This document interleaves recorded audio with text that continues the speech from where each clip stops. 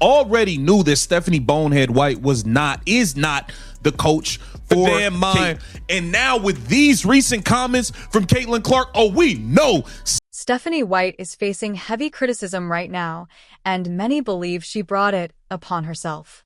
Caitlyn Clark recently appeared on national television and revealed the style of play she hopes to model her game after.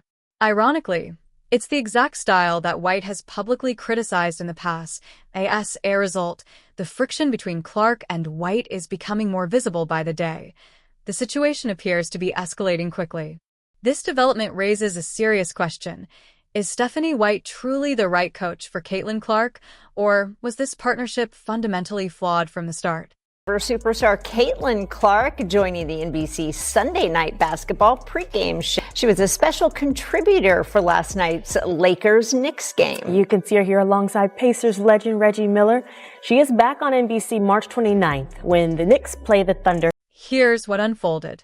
Caitlyn Clark made her debut as an NBC analyst during the matchup between the Los Angeles Lakers and the New York Knicks. During the broadcast, she was asked which NBA player she studies most closely and tries to emulate in her own game. A reasonable question for one of the premier talents in women's basketball. Clark's response?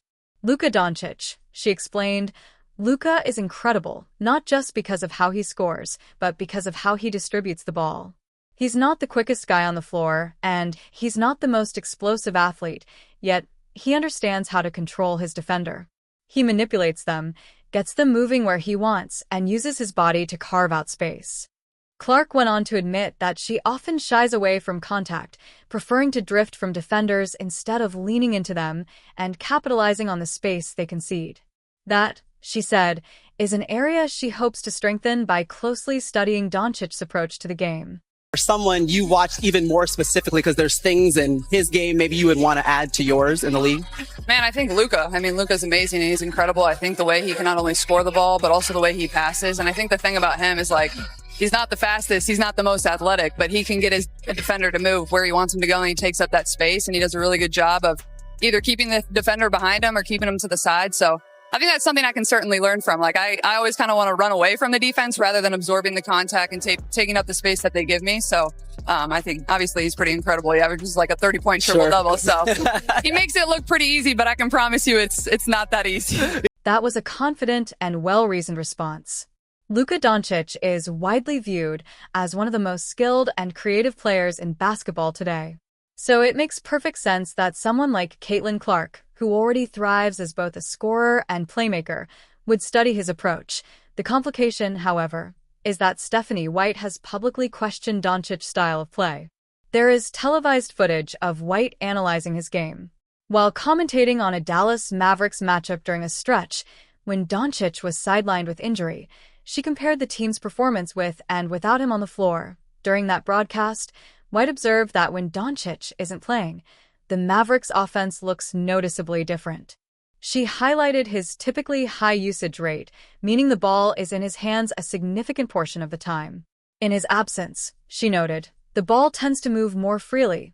More players become involved, and the offense appears smoother and more fluid overall. In essence, her commentary amounted to a critique of a ball-dominant system, implying that the team can function more cohesively when the offense isn't centered around a single star. And that is where the tension emerges. Clark had just voiced admiration for the very style of play White seemed to question, creating a clear philosophical contrast between the player's inspiration and the coach's preferred approach. Stephanie Bonehead White is not the coach for Caitlyn Clark. Can Stephanie White coach the game of basketball? Yes, but is she the right coach for Caitlyn Clark? Probably absolutely not. I don't think she is at all. I don't want her anywhere near Caitlyn Clark. Okay? Once you decided to... You put that girl at small forward in a... Now here's where the situation becomes especially uncomfortable for Stephanie White. Caitlyn Clark is, by nature, a high-usage player. Her entire game revolves around controlling the ball, creating scoring chances, and setting up teammates with precision passing. That isn't a small detail. It's the core of her basketball identity.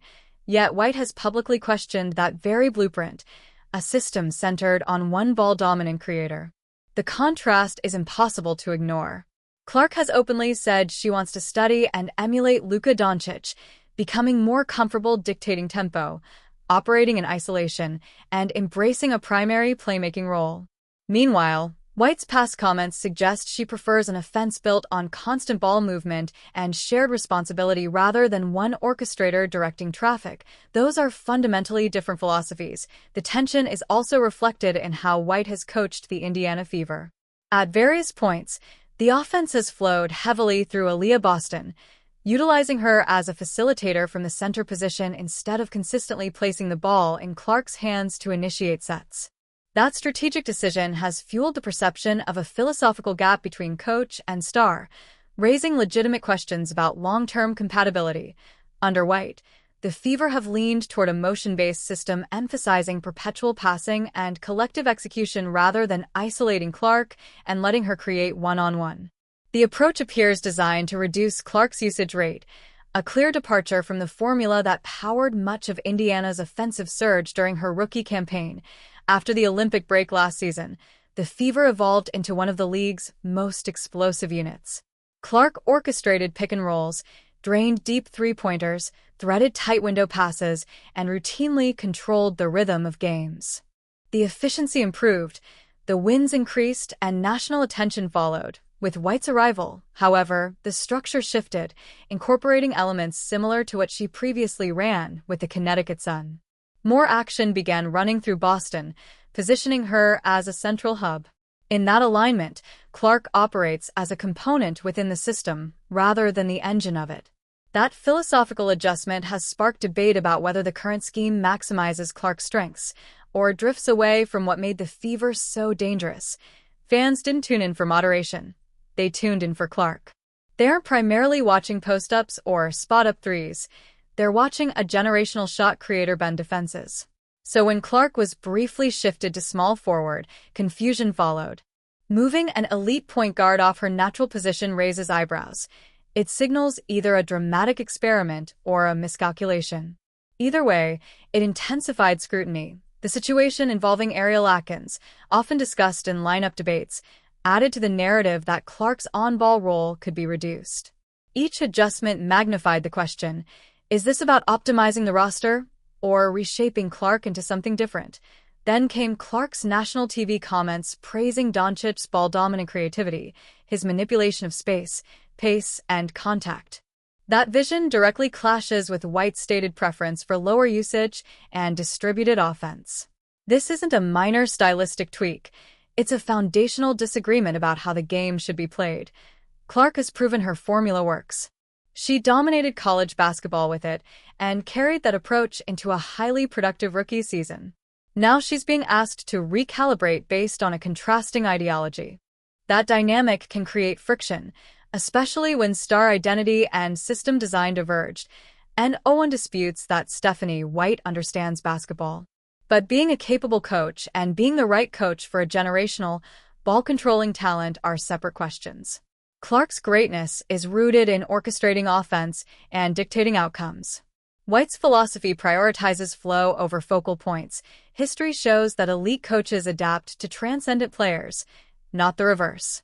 If Clark is consistently molded away from her strengths, shifted out of position, reduced in initiation duties, or subordinated within the hierarchy, the tension will grow. And when results falter, accountability will land on the architect of the system. This isn't just about X's and O's. It's about alignment. If philosophy and talent remain out of sync, the situation could evolve into something far more disruptive than a stylistic disagreement.